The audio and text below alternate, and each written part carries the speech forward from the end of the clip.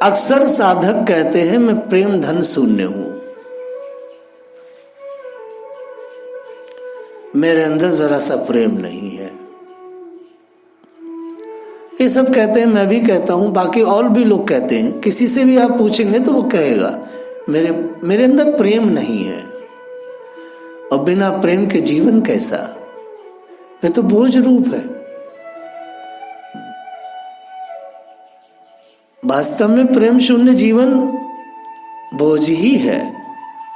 लेकिन अगर तात्विक दृष्टि से देखा जाए तो आचार्यगण कुछ और कह रहे हैं, शास्त्र कुछ और कह रहा है। प्रेम सभी के हृदय में है, लबालब भरा है। भगवान ने जीव को प्रेम देकर ही जगत में भेजा है, बिना प्रेम के तो जगत में भेजा ही नहीं प्रभु ने। हमने उस प्रेम को नाना प्रकार से इंद्रिय चरितार्थ में लगाकर विकृत कर डाला है, बस इतनी सी बात है। इसलिए उस प्रेम के दर्शन नहीं होते। इसलिए हमें ऐसा लगता है कि हमारा जीवन बिना प्रेम के है। हमें प्रेम नहीं मिला, हमें प्रेम नहीं मिला, कोई प्यार करने वाला नहीं मिला, हम किसी से प्यार कर ना पाए। ये जो नाना प्रकार के विषयों में हमने अपना प्रेम लगा दिया है ना, जो तत्व था, जो अमृत था, प्रभु ने हमें दिया था, हमारे इस यंत्र में डाल के भेजा है, उसे हमने विकृत कर दिया। विकृत स्वरूप का नाश होते ही मोह का पर्दा फट जाता है, फिर प्रेम का वास्तविक ज्योतिर्मय स्वरूप प्रकट होता है। इसलिए गोसाई जी बार बार कहते हैं, सबकी ममता ताक बटोरी, सारी ममताओं को एक जगह कर लो। जिसके प्राकट्य मात्र से आनंद बुद्धि उमड़ पड़ता है, प्रेम और आनंद का नित्य योग अनिवार्य है। जहां प्रेम है वही आनंद है, जहां आनंद है वही प्रेम है। भगवान के आनंद से ही प्रेम की सृष्टि हुई है, और इस प्रेम से ही आनंद का विकास और पोषण होता है। प्रेम की कोई भी दशा ऐसी नहीं है जहां आनंद का अभाव हो, और आनंद भी कोई ऐसा नहीं जिसमें कारण रूप से प्रेम वर्तमान न हो। परंतु जहां प्रेम के नाम पर काम की कीड़ा होने लगती है, वहां प्रेम अपने को छिपा लेता है, प्रेम अब बुझ जाता है, प्रेम रस नीचे अंतस में चला जाता है। चिरकाल से मलिना माया के मोहवश हम काम की कीड़ा में लगे हैं। काम को ही प्रेम समझ बैठे हैं, मैथुन को ही प्रेम समझ बैठे हैं। इसलिए प्रेम हमसे छिप गया है। इसलिए प्रेम के अभाव में हम आनंद रहित केवल शोक विग्रह बनकर रह गए हैं। शोक विग्रह, चिंता मम परिमेया चे प्रलयांतम उपासिता, और दूसरा है कामो उपभोग परमः। श्री गीता जी के 16वें अध्याय का ये श्लोक बहुत ही दुर्लभ है। हम शोक विग्रह बन गए हैं। इस काम की कालिमा को धोने के लिए आवश्यकता है किसी ऐसे क्षार की। देखिए जो काम है ना, देखिए जो मैथुली भाव है, ये जो कामुकता है, ये जो वासना है, ये जो पूरी की पूरी शरीर के एक एक इंद्री पर लग गई है, ये बिल्कुल एक एक इंद्री पर कब्जा कर बैठी है, ये काम वासना है, और ये हट नहीं रही है। इसे ऐसे क्षार की, ऐसे माने ऐसे साबुन की आवश्यकता है जो इसकी जड़ तक का नाश कर दे। और वह क्षार क्या है पता है? वो सबसे ताकतवर जो क्षार है, जो जन्म कल्पांतर जन्म जन्मांतर तक का जो वासना का जो मल है, भोग मैथुनी जो भाव का मल है, वो कैसे जाए? वो एक ही क्षार से जा सकता है, और उस क्षार का नाम है वैराग्य। वैराग्य, वैराग्य गोविंद पदार विंद मकरंद मधुकर विषय चंपक चंचरिक होता ही। बार बार अगर ये वैराग्य हमारे पास आ जाए तो गोविंद की जो पदार विंद मकरंद मधुकर है, उसकी दिव्य पदनक ज्योति हमारे हृदय में एकदम प्रकाशित हो जाएगी।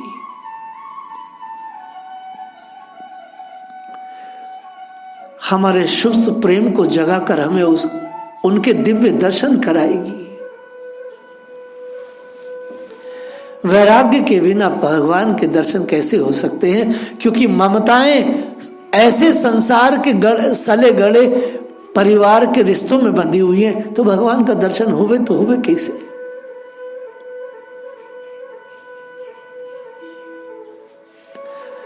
कोई बहुत अच्छा व्याख्यान दे रहा है प्रेम का, उसे सुनकर के प्रेमी मान लेने में बड़ा धोखा हो सकता है भैया। क्योंकि मैं बार बार कह रहा हूं, प्रेम वाणी का विषय नहीं है। जितना प्रेम यथार्थ और शुद्ध होता है, उतना ही उसमें त्याग अधिक होता है।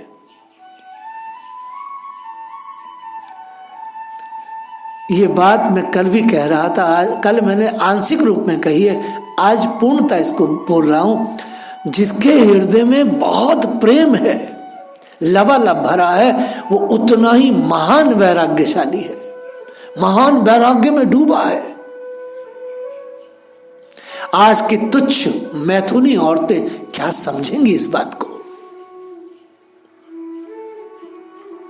वैराग्य में भरा हुआ हृदय, उसी वैराग्य के पात्र में प्रेम खिलता है। जितना प्रेम यथार्थ तो शुद्ध होगा, त्याग उसका उतना डबल होगा। वस्तुतः त्याग ही प्रेम का आधार है। बार बार समझ लो, जिसके जीवन में त्याग है, उसके जीवन में प्रेम लबालब भरा है। ये जो वैरागी साधु घूम रहे हैं ना अंगोछों में, ये संसार से बैर और आग रखते हैं, लेकिन ये ठाकुर के लाडले हैं। प्रेम में अपने शुद्ध स्वार्थ को, अपने व्यक्तिगत लाभ को, अपने को सर्वथा भूल जाना पड़ता है। प्रेम का प्रादुर्भाव होने पर ये अपने आप ही भूल जाते हैं। प्रेम में प्रेमास्पद से कुछ भी पाने की आशा आकांक्षा नहीं रहती।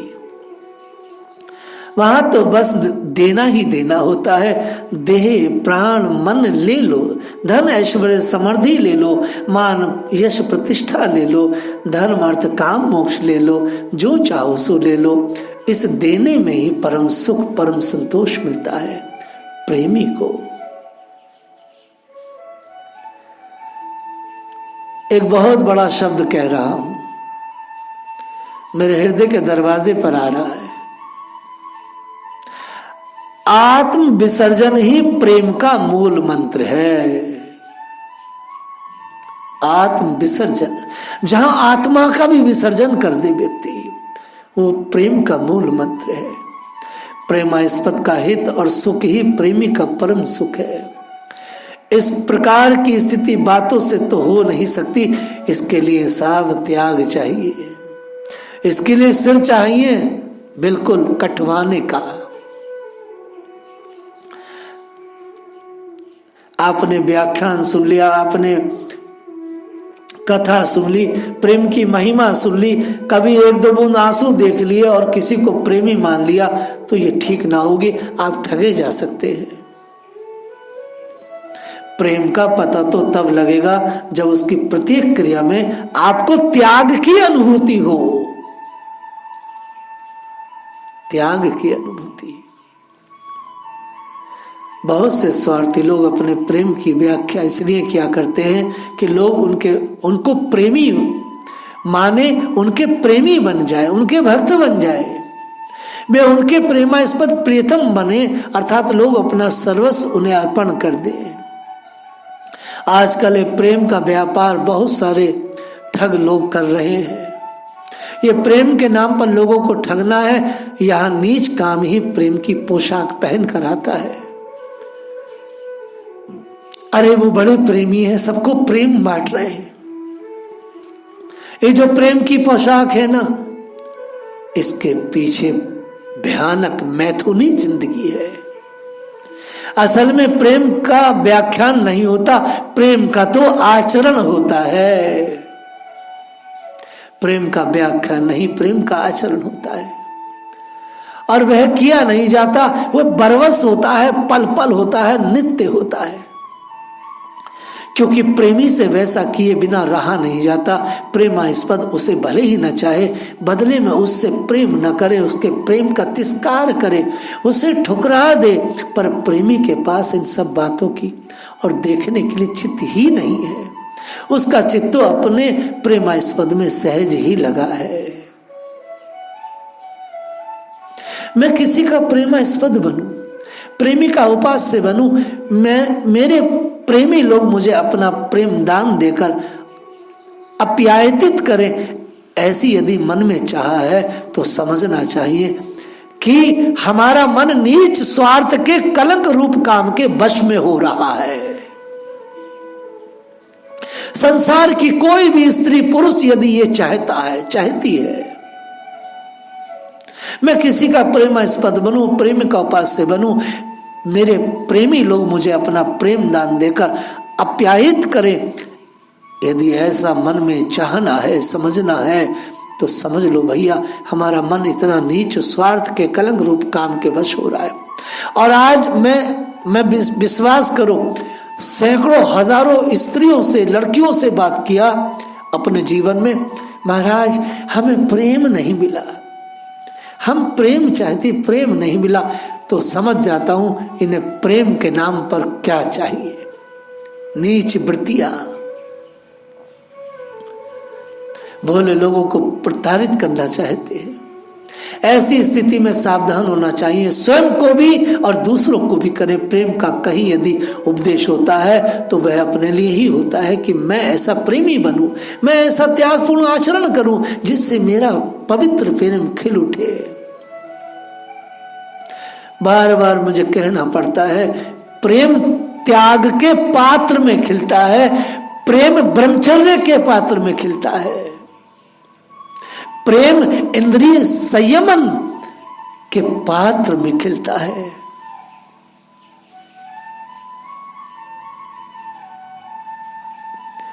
जब उन प्रीतम ने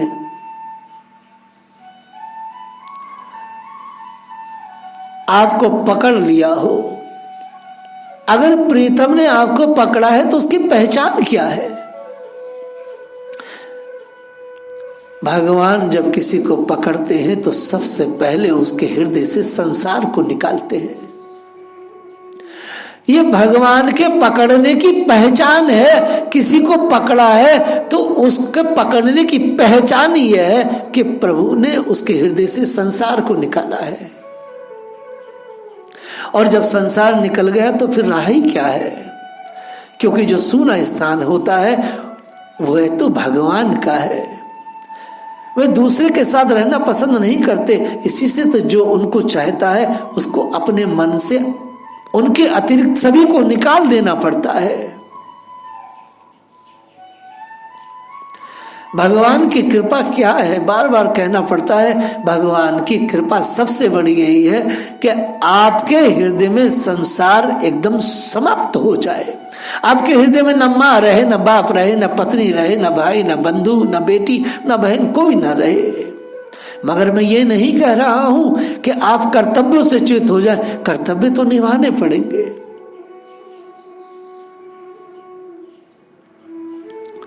यदि इस स्थिति में कोई हो जाए तो उसे प्रेम मिलेगा। वस्तुतः प्रेम ना होता तो संसार निकलता ही कैसे। प्रेम का स्वभाव ही ऐसा होता है कि उसमें होने पर भी ना होने का अनुभव होता है। इससे बड़े बड़े लोग कहते हैं मेरे अंदर प्रेम नहीं है। नित्य संयोग में वियोग की अनुभूति प्रेम ही कराता है। ये प्रेम ही है जो संयोग में वियोग की अनुभूति कराता है। और ये वियोग समस्त योगों का सिरमौर है। एक शब्द आता वियोग, वियोग। ये वियोग क्या है? ये संसार के जितने योग हैं उन सब का सिरमौर यदि कोई है तो वियोग। ये बड़े सौभाग्य की बात है, ये बड़ी मजे की बात है। आपके मन में उनका प्रेम पाने के लिए इतनी तड़प हो, आप उसके लिए बहुत दुखी हैं। इस तड़प और इस दुख से बढ़कर उनके प्रेम की प्राप्ति और क्या उपाय हो सकता है, आप विचार करें। ये जो तड़प है, ये जो उत्कंठा है, आप इस वियोग में योग का आश्रय लिए रहिए। ये जो वियोग है यही सबसे बड़ा योग है। ये जो काना बाबा योग कराता है ना, वो योग नहीं, ये योग, वियोग में योगी का आश्रय जो लेता है। और ये भक्ति मती जो आत्माएं हैं, वो स्त्री हो या पुरुष हो, भक्ति मती जो आत्माएं हैं, वियोग में जो योग का आश्रय लिए हैं, बस उन्हीं के पास ये सब कुछ है, उन्हीं के पास है। यही तो प्रेमास्पद की प्रेम उपासना है, नित्य जलते रहना, उस जलन में अनंत शांति का अनुभव करना। प्रेमास्पद और प्रेमी के बीच में तीसरे का काम नहीं।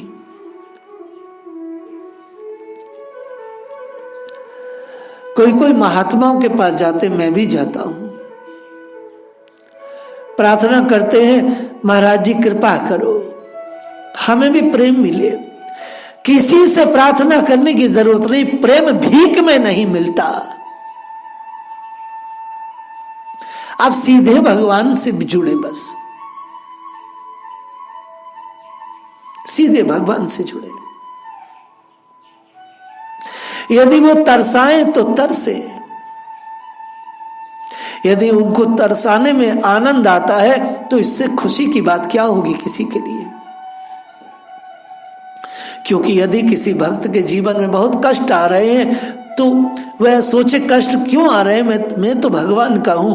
तो मानो अगर आपको कष्ट है, आप तड़प रहे हैं और उनको आनंद आ रहा है, तो बस कोई बात नहीं।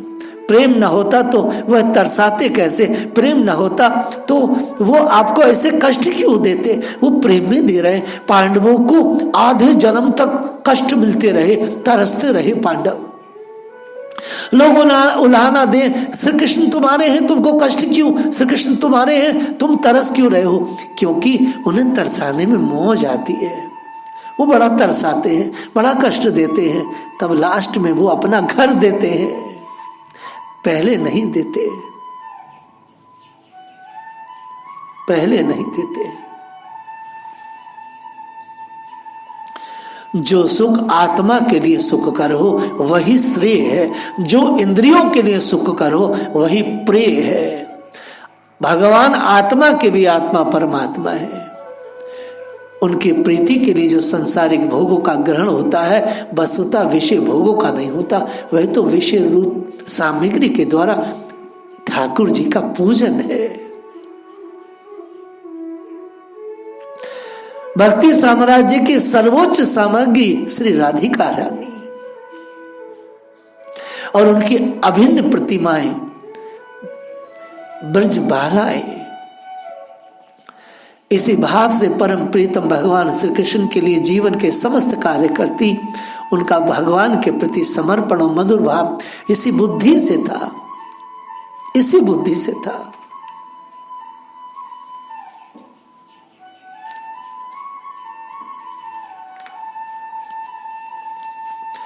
प्रेमी का स्वरूप क्या है, प्रेमी लगता कैसे, प्रेमी बोलता कैसे, प्रेमी चलता कैसे, प्रेमी खाता कैसे, सोता कैसे। जो सबसे बढ़कर प्रिय हो, जो प्राणों का आधार हो, जो जीवन का एकमात्र अवलंबन हो, जिसकी स्मृति और मिलन की आशा ही जीवन में प्रतिपल चेतना प्रदान करती हो, उसे क्षण भर के लिए भी कैसे भुलाया जा सकता है। कोई कह सकता है दिन रात 2 घंटे भले ही उसे स्मरण कर लिया करो, शेष 22 घंटे घर और दूसरे कार्यों में अपना समय खर्च करो, पर ऐसा करना उस प्रेमी के लिए कैसे संभव हो सकता है। उसे कितने ही घंटे कुछ काम क्यों ना करना पड़े, वह करेगा अपने प्रीतम का स्मरण करते हुए। उससे वह क्षण भर के लिए भी अपने हृदय मंदिर से अलग ना कर सकेगा। हृदय में उसकी झांकी सदा खुली रहेगी। वह उसके दर्शन करता हुआ ही यंत्र की भांति शरीर से कार्य करता रहेगा।